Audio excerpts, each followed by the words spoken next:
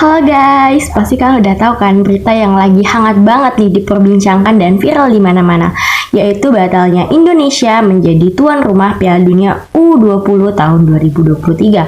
Sebelumnya bagi teman-teman yang mungkin enggak mengikuti nih tren sepak bola dan enggak tahu Piala Dunia itu apa, jadi Piala Dunia itu adalah ajang kompetisi sepak bola internasional yang dilaksanakan setiap 4 tahun sekali.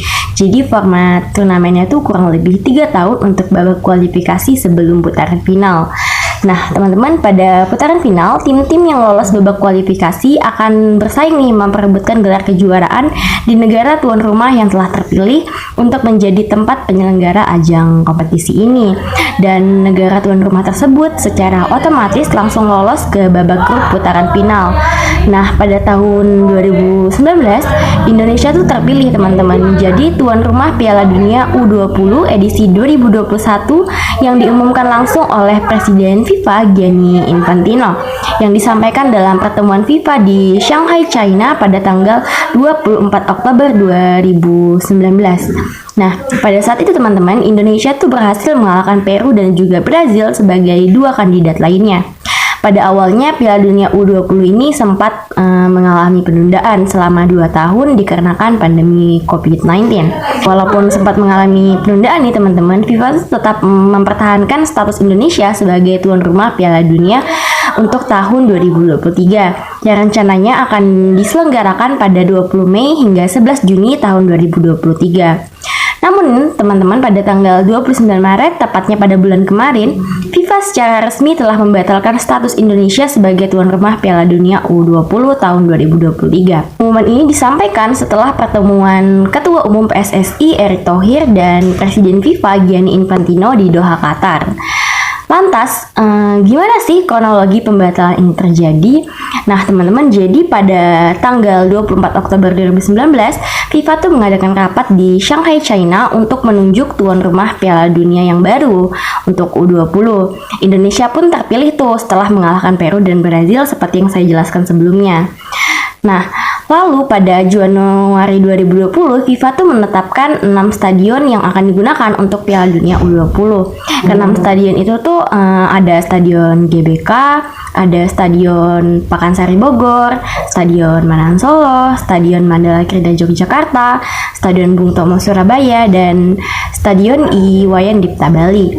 Nah, untuk mendukung pelaksanaan ajang internasional ini, Presiden Jokowi itu tuh mengisahkan Impres nomor 8 tahun 2020 yang salah satunya berisi tentang persetujuan gubernur yang wilayahnya akan menjadi venue Piala Dunia U20.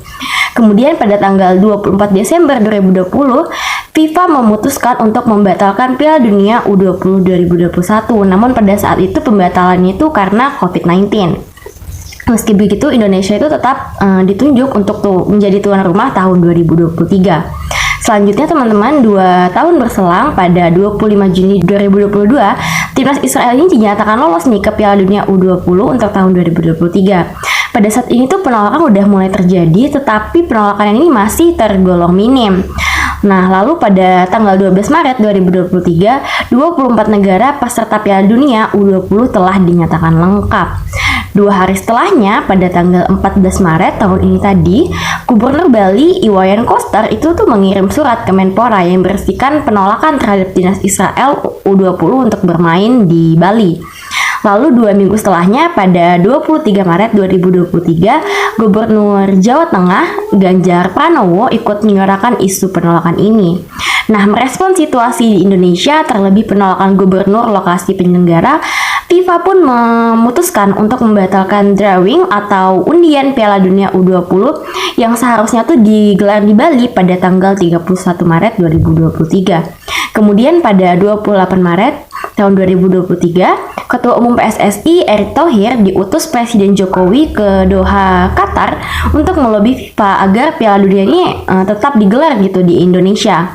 Lalu pada keesokan harinya, pada 29 Maret, 52 hari jelang Piala Dunia U20 2023, FIFA nih secara resmi teman-teman membatalkan status tuan rumah Indonesia setelah pertemuan Ketua PSSI Erick Thohir tadi bersama Presiden FIFA Gianni Infantino.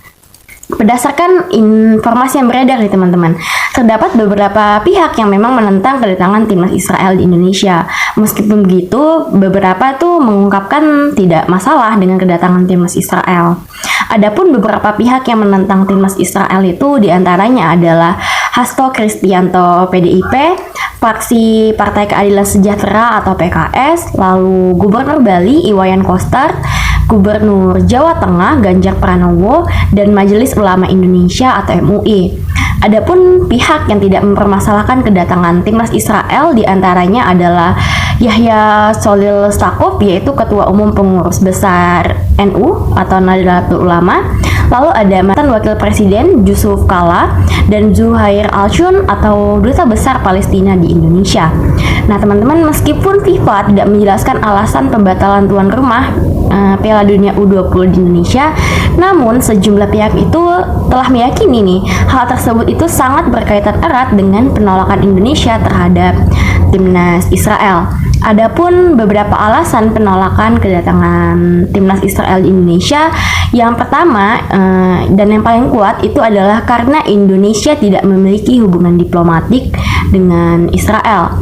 Nah teman-teman, jadi Indonesia ini adalah salah satu dari banyak banget negara yang memang tidak mengakui kedaulatan Israel sejak negara itu berdiri.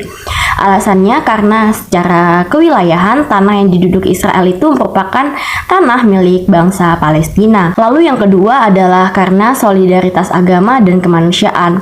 Hal ini nih didasarin karena adanya simpati yang besar dari rakyat Indonesia terhadap rakyat Palestina yang sampai saat ini masih ditindas oleh Israel.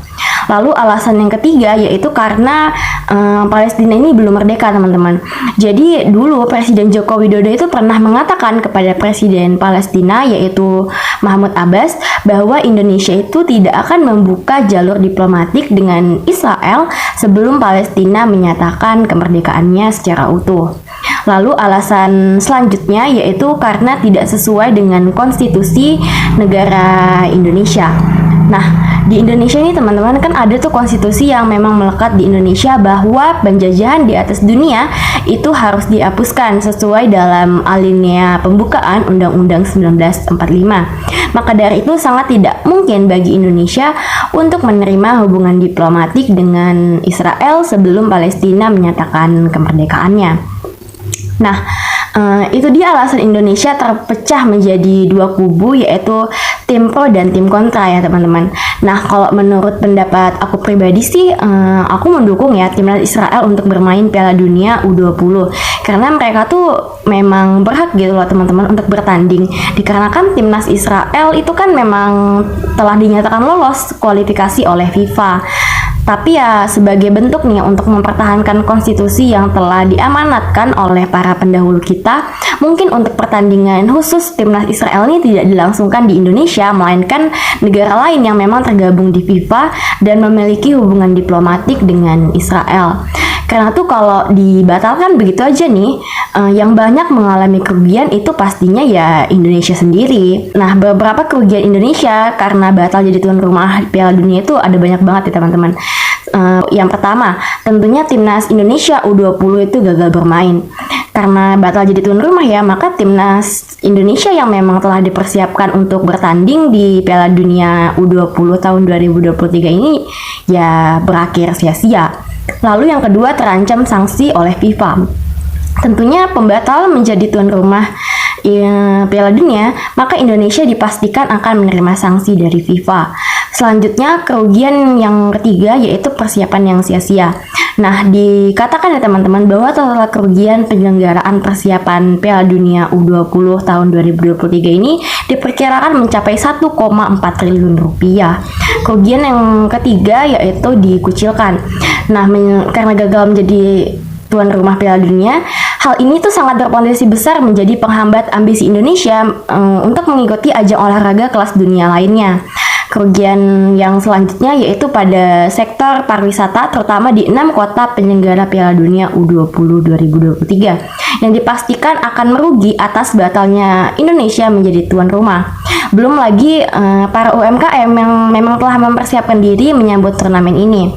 Nah, itu dia beberapa informasi seputar Piala Dunia. Nah, kalau menurut kalian gimana nih teman-teman? Kalian termasuk tim pro atau tim kontra? Coba komennya di bawah.